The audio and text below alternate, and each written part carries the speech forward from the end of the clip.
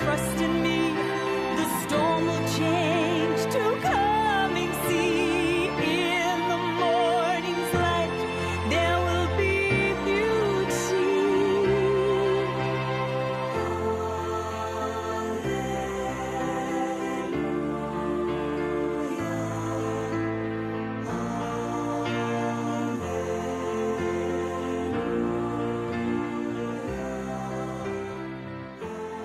Seek and ye shall find. Hello, my name is Cindy Isaacs and I am the caregiver for my husband Rick. I'm delighted to introduce this video series featuring Rick sharing his experience and perspectives since being diagnosed with ALS. The series has 3 parts: Part 1 on attitude, Part 2 on strategies, and Part 3 on communications and clinical trials. We hope this series will help viewers like you increase your understanding of ALS and how to face its daily challenges in a proactive manner with courage and dignity. This series is generously sponsored by the ALS Association of Alabama. We direct you to alsalabama.org for more information.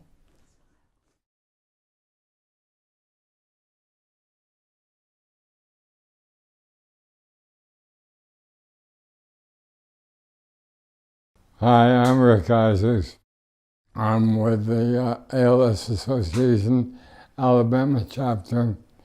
Part 1 is attitude and those things that we can do to have the right perspective in life.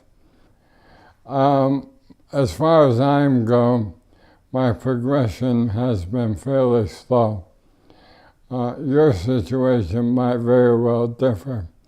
You may progress either faster or slower than I, but in the end, we all have similar challenges, and we will face these challenges at different times in our progression. So I ask that you watch this with an open mind. There are some things you may not agree with. You may look at me and say, well, look at him, he's pretty darn healthy. You know, how is he even close to being like me? Well, yeah, I think that you might get a little bit of help just by listening and keeping an open mind. I'm not a healthcare professional. I'm an engineer, so deal with it. The first thing I have to say is, to be perfectly clear, I'm not dying from ALS, I'm living with ALS. There's a big difference. It's all in the attitude.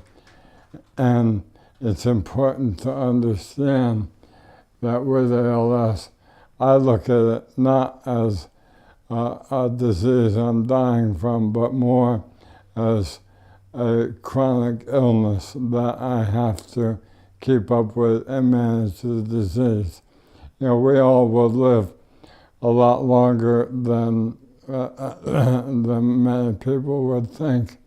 And if you treat it as a chronic disease, you'll be much better off. So who was Rick Isaacs? I'm an engineer, and I became a program manager for Sikorsky Aircraft. I did that for 33 years. And it was a wonderful career that taught me a lot of skills that we'll talk about a little bit later. I was a volunteer tax preparer for low-income families with the United Way. And interestingly enough, I formed teams at my company to build wheelchair ramps for the elderly and the infirm. And who was to know that that would come back to me? Those people are still building ramps, and I'm very proud of that team. So who is Rick Isaacs now? Well, I experienced my first symptoms on about January of 2013. And I was not diagnosed until November of 2013. So it took about a year to be diagnosed. That's fairly common occurrence for those of us with ALS because they have to rule out other things. And many times the doctors that you see are not familiar with the symptoms that you're experiencing. Once I was diagnosed, I continued to work for about a year.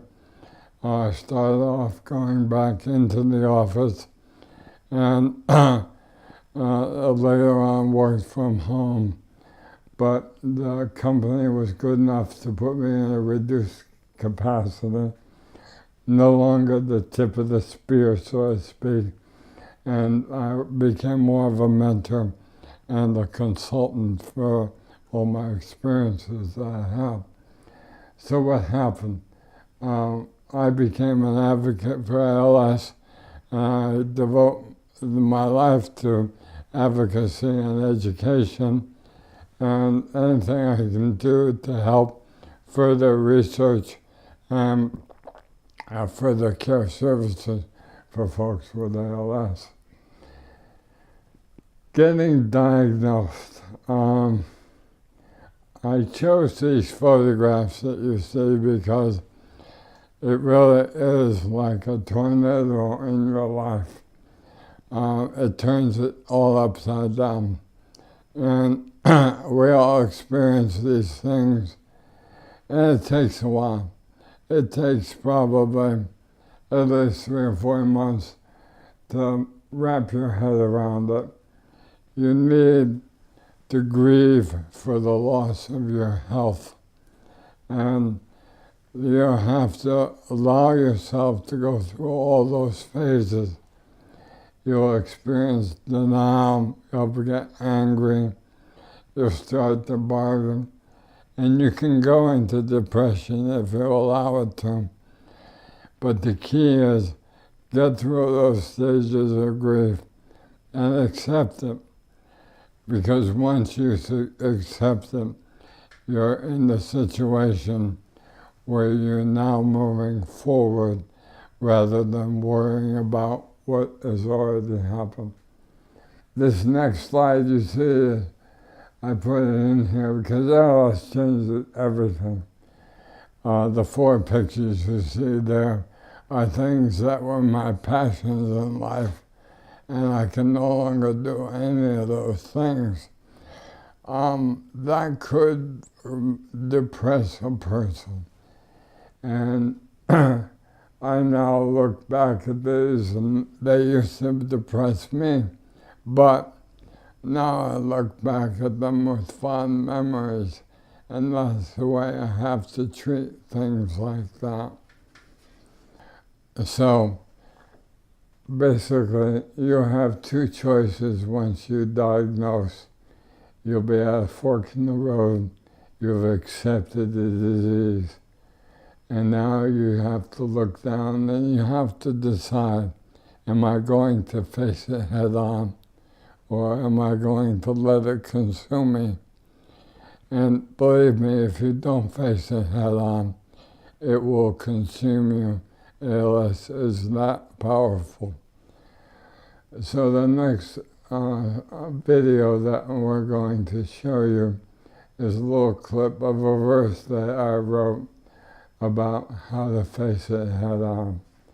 And in there, I tried to put some of my thoughts on how you might do that. So let's roll that video.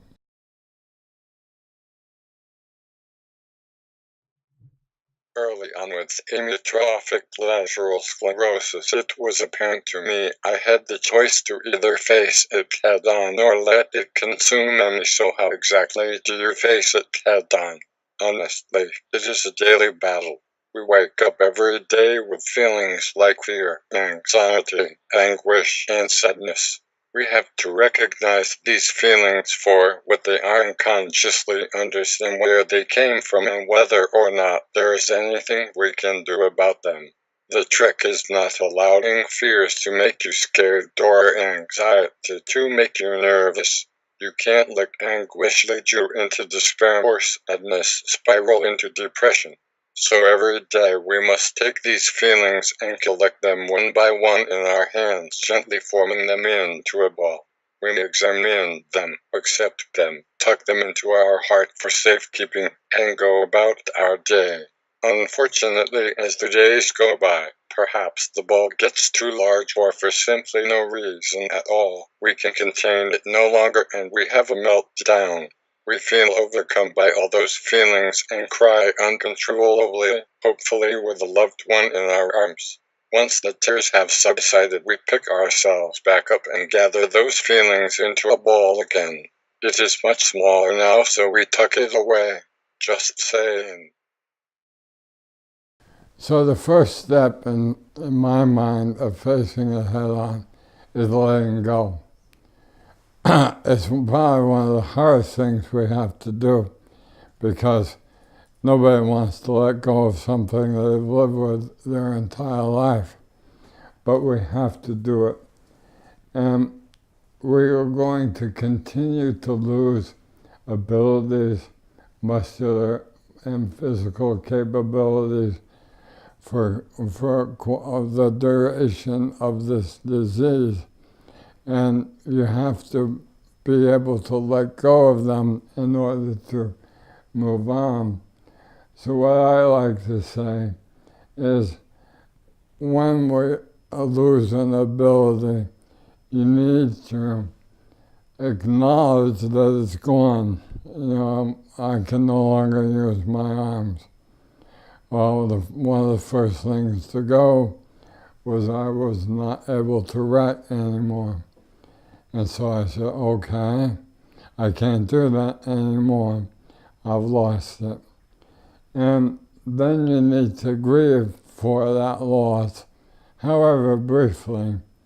And you have to basically say goodbye to it and move on. No amount of worrying or anguish will bring back any of those abilities. Once they're gone, they're gone. And now you're ready to look forward. And instead of worrying about what you no longer can do, you have to look forward to those things that you really still can do. And you have to do so with a sense of purpose in your life. And you may need to find a new purpose. I used to build helicopters. I'm an engineer. And I, by trade, always was a problem solver. So I thought, well, I can put those skills to use in research and care services in my community and maybe help people solve some problems. So I repurposed myself. And it's important to do that, I think. You need to keep your mind occupied. Otherwise, you're going to think about the crap that's going on, and that's not fun. So if you keep your mind occupied and you work on other things, it's especially when you're helping other people, because you're going to find that it's awful hard to be sad when you're helping someone else. But you want to do what you can, why you can, because you might not be able to do these things all the time. Things may have to come and go. So you do them while you can. And when you can't, you do something else. And there's always something else. And I think it's important to know that you need to repeat that. So you keep on going through that cycle, finding something else, finding a new purpose in life. This next slide kind of shows, the picture on the left shows me in a leadership role within my company with people working on solving problems. And the picture on the right shows me speaking to Senator Shelby in his office for Advocacy Day in D.C. You know, those skills are not just for one thing, they're for something else as well. So how am I doing? Well, you know, the last thing it says on there is I'm doing pretty darn good. I've been diagnosed for 3 years. My ALS functional rating scale is 19, and I'm going to talk a little bit more about that later. My forced vital capacity is down to 61% now, which is pretty good. And my negative inspiratory force is minus 34. And so I'm doing pretty good. You see, I get lots of kisses from the pretty ladies too. So what is the ALS functional rating score? It's a number that's been defined that is used to measure every one of our progressions, and it is done in our clinics. It is one of the key measures of measuring progression for clinical trials in terms of are you getting better or are you getting worse. And it's basically a way to measure how we're doing.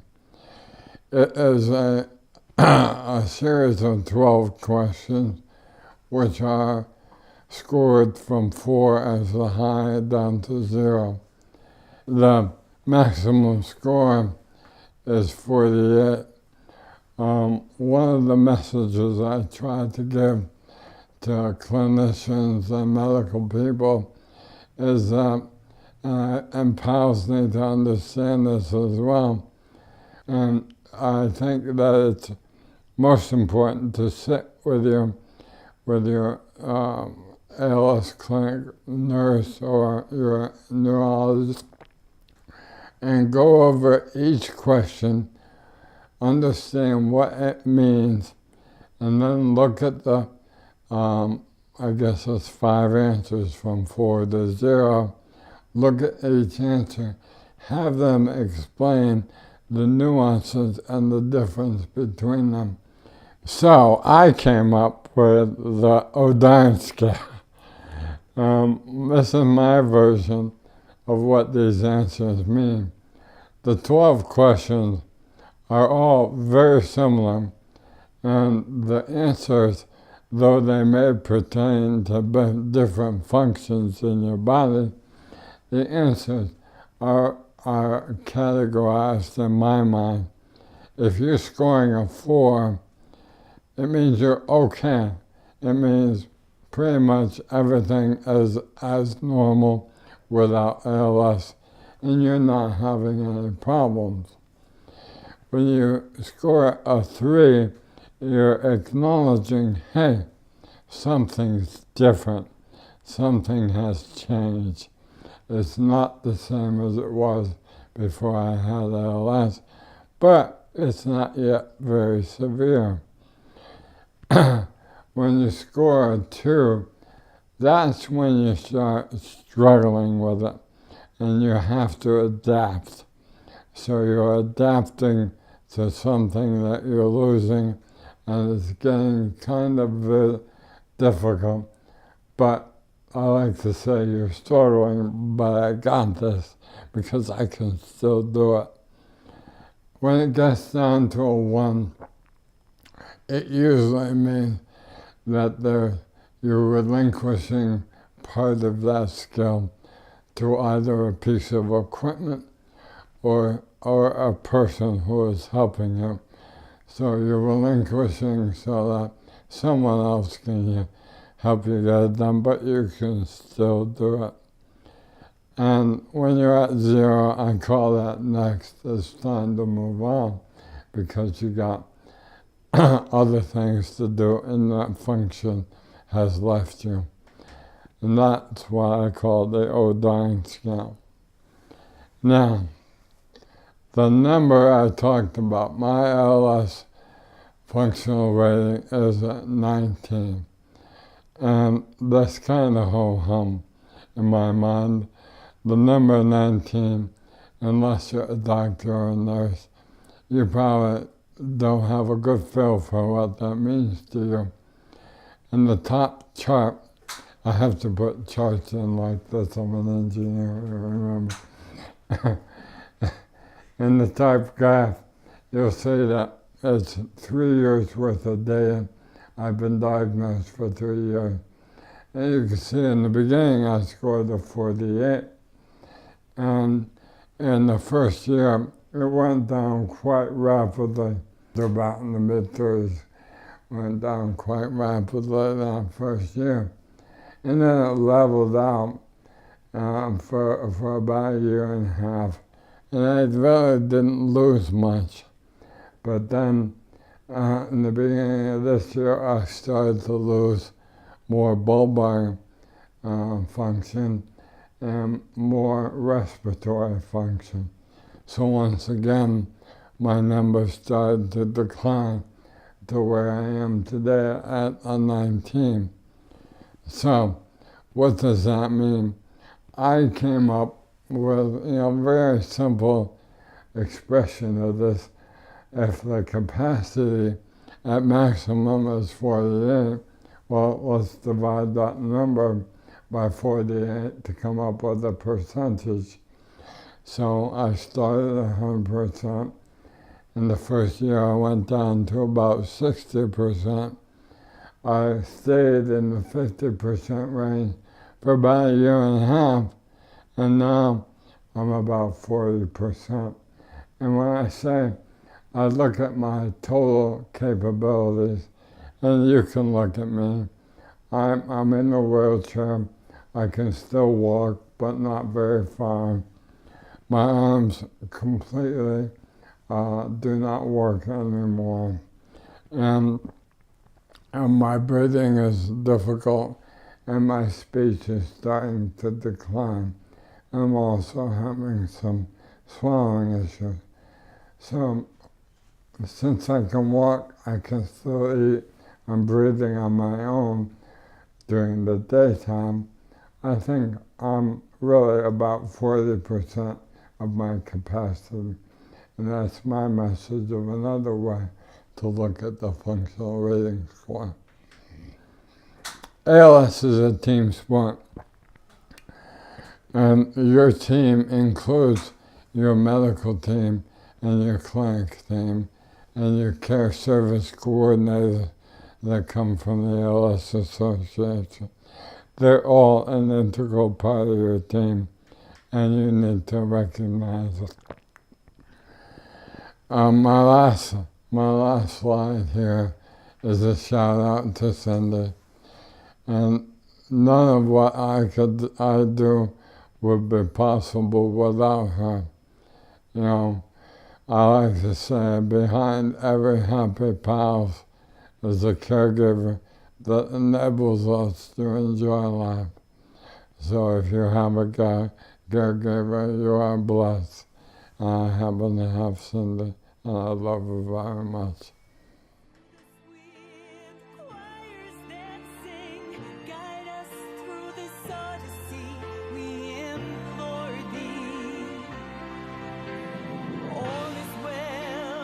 Trust in me, the storm will change to coming sea. In the morning's light, there will be beauty.